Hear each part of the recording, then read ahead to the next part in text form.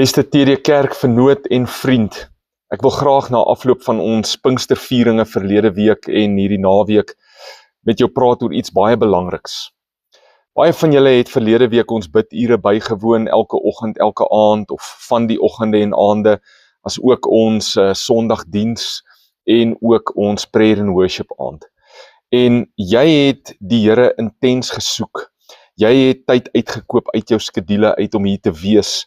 Jy het kom klop, jy het kom soek, jy het kom roep na God vir 'n invulling met die Heilige Gees.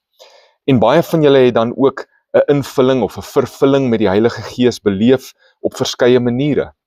Daar was van julle wat vervul is en met hemelse taal begin praat het en begin bid het.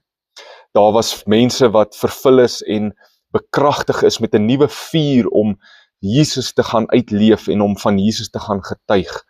Ander kon nie ophou huil nie, want jy het so oorgeloop van dankbaarheid, of die Heilige Gees het so kom werk, so diep, dalk aan 'n plek wat seer was, maar hy kom werk in jou en jy het dit beleef. Ek glo of jy een of ander fisiese manifestasie beleef het, of net 'n dieper bewustheid van God in jou lewe, is daar twee baie belangrike goeders wat jy nou in gedagte moet hou. Die een is dat jy sal aanhou om hierdie vlam wat aan die brand gesteek is, of wat dalk nou vir die eerste keer, of dalk net opnuut weer aan die brand gesteek is in jou gees, dat jy dit sal aanblaas.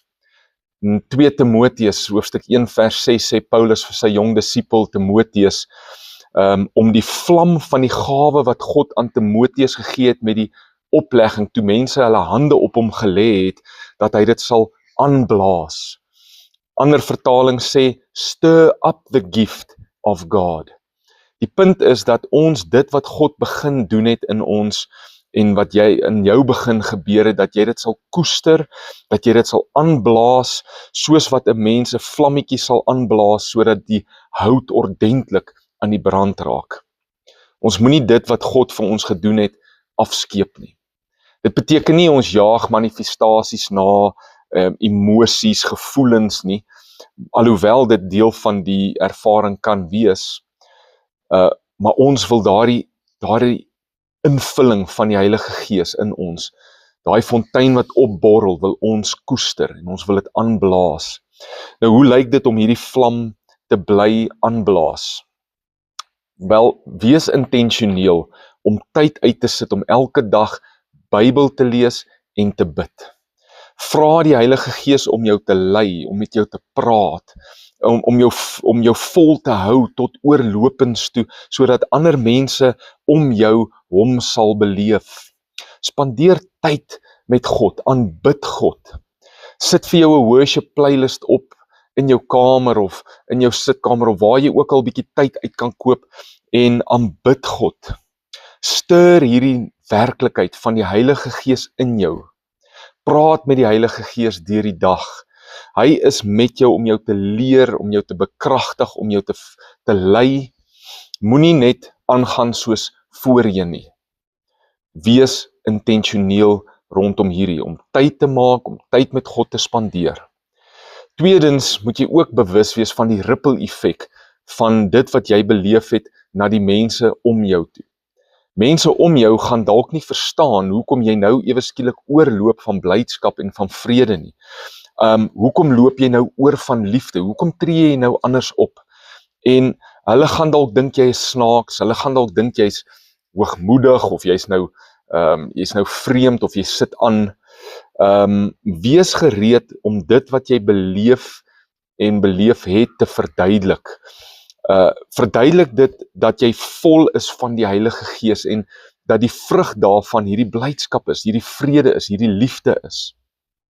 Onthou om dit nederig te doen en sagmoedig te doen. Ons wil nie stry nie, ons wil nie hoogmoedig wees nie. Ons is nie beter as enige iemand anders nie. Wys liefde en gee liefde. Wees ook gereed vir mense wat dalk wat dan aanvallend gaan wees, wat dit dalk gaan afmaak as nonsens. Selfs iemand, as hulle vir jou sê, dis net iets in jou kop. Laat toe dat die Heilige Gees jou in liefde lei, om net te getuig en met wysheid op te tree, sonder om afbreekend of stryerig te wees. 1 Petrus 3 vers 15 sê, inteendeel, erken in julle harte Christus as die een wat seggenskap het. As julle dit doen en iemand vra julle uit oor die hoop wat in julle leef, wees altyd reg om te reageer. Doen dit egter taktvol en eerbiedig. Sorg dat julle gewete skoon bly.